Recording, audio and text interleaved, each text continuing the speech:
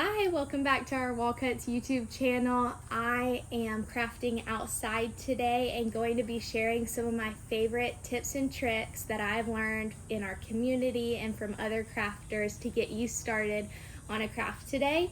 So first I want to share some of the supplies that I'll be using, and then I can dive into the project. Of course, I have my stencils to choose from WallCutz, and they are reusable, so you can use them on multiple different crafts, and there are so many different ways you can use them. Next, I have my brush. I'm only using one paint color today, so I'm just having one brush. It is Royal and Lang, which they sell on the WallCutz website. Sorry if you see mosquitoes flying around, it's because I live in Florida and it has rained today. They sell these brushes on the WallCutz website. It is a natural bristle brush. It's very firm on the top, easy to get into that stencil, but helps with not bleeding out. And then I have my paints. I actually brought out two options just to show. So I have some chalk paints that I like to use, and then I also just have an acrylic paint. I picked both of these up at Walmart, but there are so many different options to choose from. I know a lot of the ladies in our group enjoy Dixie Belle, and yeah, there are so many to choose from. And then I forgot to grab it before I ran out here, but I also have painter's tape to tape down my stencil with. You can also use spray adhesive. It just really sticks it to your project, and like I said before, helps with any bleeding. So I'm using this natural wood little round today. I'm just making a small project, really just to share about the tips. So I'm going to be keeping this natural today. If you wanted to stain this or paint it before you got started, like I do with a lot of my porch leaners, go ahead and do that and let it set and fully dry for a few hours before you get started on your project. That way the paints aren't bleeding together.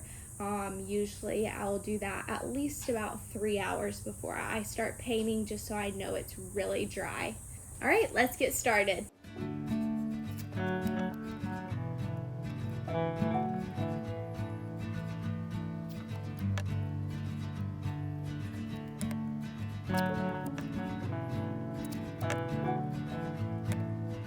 So one of the main things you'll hear while stenciling is about offloading. And what that means is after you get some paint on your brush, you want to make sure that you rub it on something like a paper towel and offload any extra paint.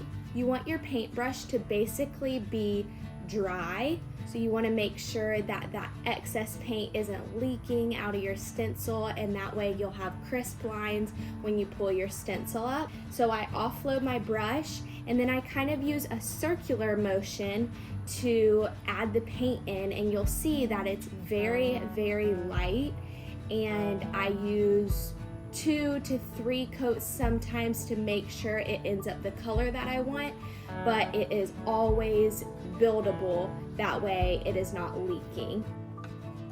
I pulled up the stencil, my paint was still wet. Alright, I am all finished up with my project, and I'm going to let this fully dry before I add on any bow or kind of greenery to it. But I'm happy that I got to share some of my favorite little tips to get us started. I have so many more, and if you have any specific ones that you want to see in upcoming videos, you can leave those in the comments below, and we are happy to share about them, or even ask some of the ladies in our community to share. We have multiple new videos on the way, so make sure you give us a follow, and we'll see you in the next video.